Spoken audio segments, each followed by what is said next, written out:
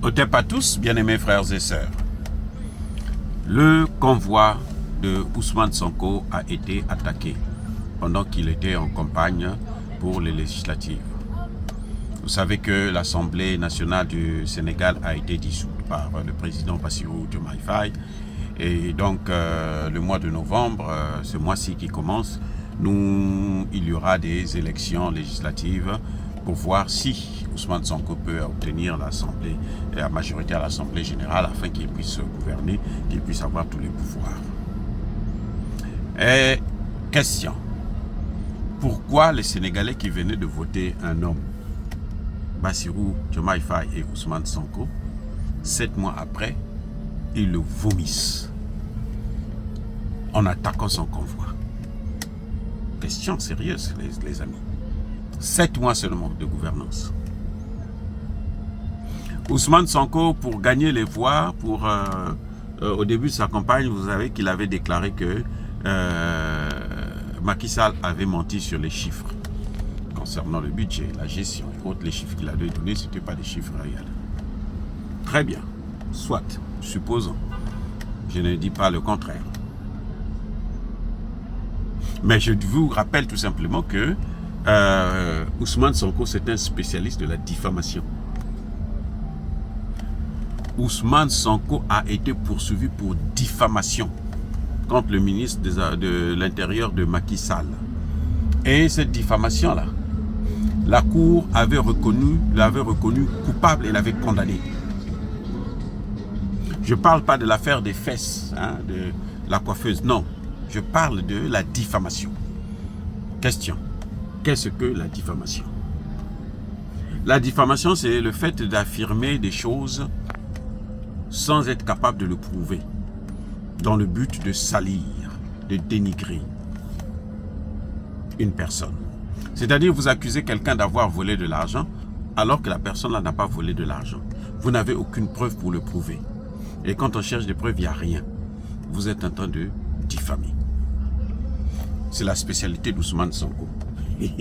C'est la spécialité d'Ousmane Sonko.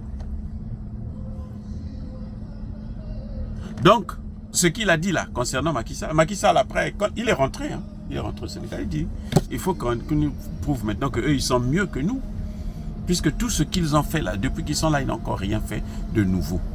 Parce que le programme qu'ils avaient présenté aux Sénégalais, qui a fait que les Sénégalais puissent leur faire confiance, ce programme-là, eux, ils ne le respectent pas. Ils l'ont déjà foutu à la poubelle. Il n'existe même plus. Est-ce qu'il existe encore ce programme? Non, il n'y a pas de programme. Donc, ce sont des bandits. Maintenant, il y a un professeur de droit en Afrique. Je ne vais pas citer le pays, je ne vais pas citer non plus de qui il s'agit, mais il est professeur de droit à l'université en plus. Et il dit que l'erreur de Macky Sall et de Ousmane Sonko et de Bassirou, c'est d'avoir laissé Macky Sall sortir. Ils devaient le prendre, le mettre en prison. Quand ils ont pris le pouvoir, ils le prenaient, le mettaient en prison. Est-ce que vous pensez qu'un professeur de droit peut raisonner comme ça? Professeur de droit à l'université. Mais les étudiants, ces étudiants-là, quel est le type de droit qu'il leur apprend? Si c'est ça, prendre quelqu'un, le mettre en prison comme si on était dans un Far West. Comme font les Américains ici. Les Américains ici, quand ils ont affaire à toi, là, quand ils ne veulent pas te voir, là, ils te prennent, te mettent en prison sans procès. Quand quelqu'un a commis des crimes graves, là, on le prend, on le sort. Sans problème. Pourvu qu'il ait l'argent, il donne un peu d'argent et puis on le sort. La justice des pauvres. Oui.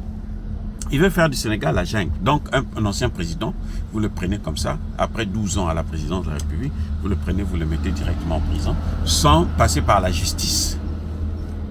Vous croyez pour instruire un dossier contre Macky Sall, ça va prendre 1 semaine, 2 jours, 3 jours, et ça peut prendre même des années. Vous ne savez pas ça?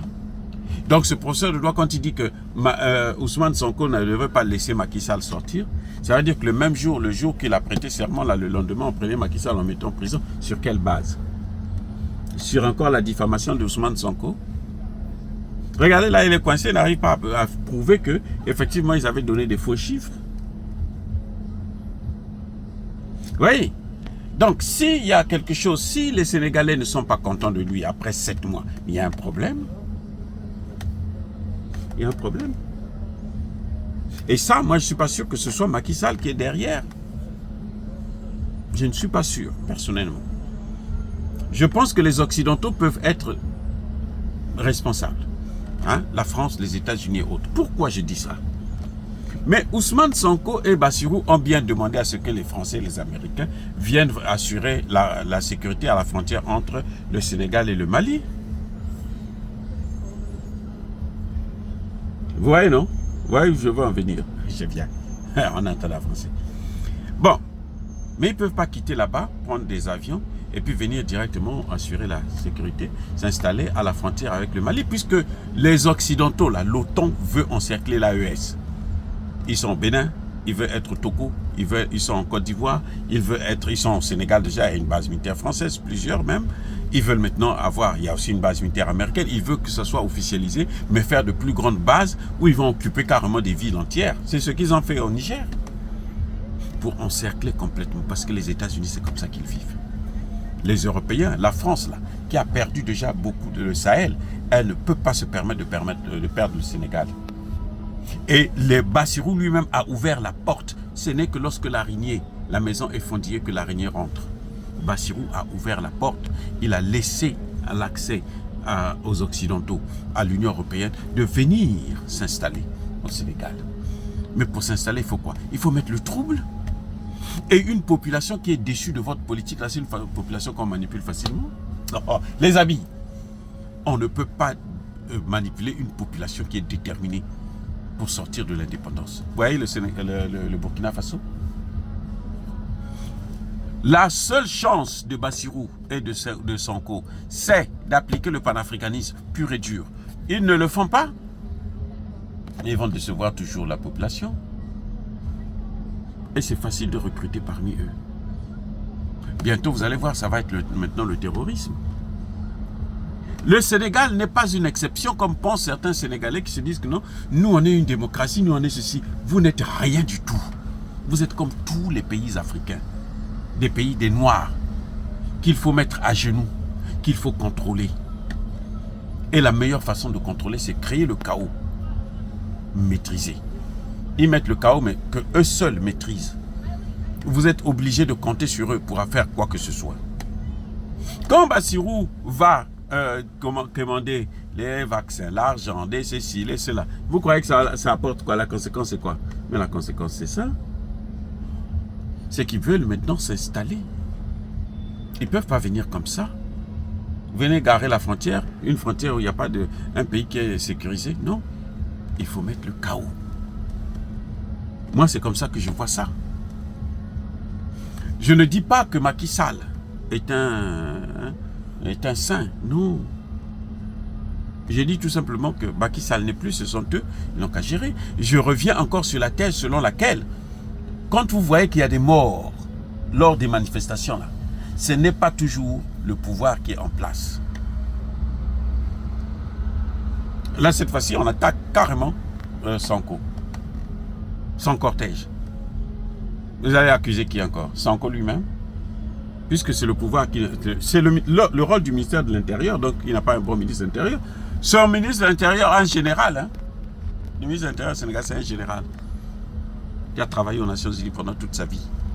Il n'est pas capable d'assurer la sécurité de son Premier ministre.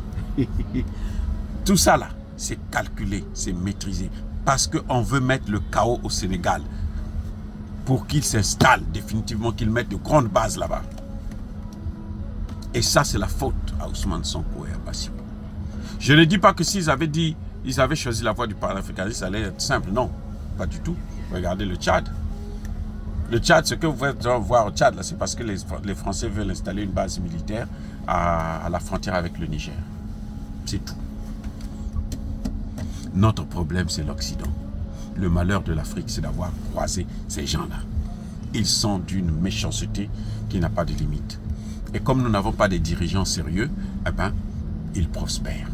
Les amis, soyez bénis.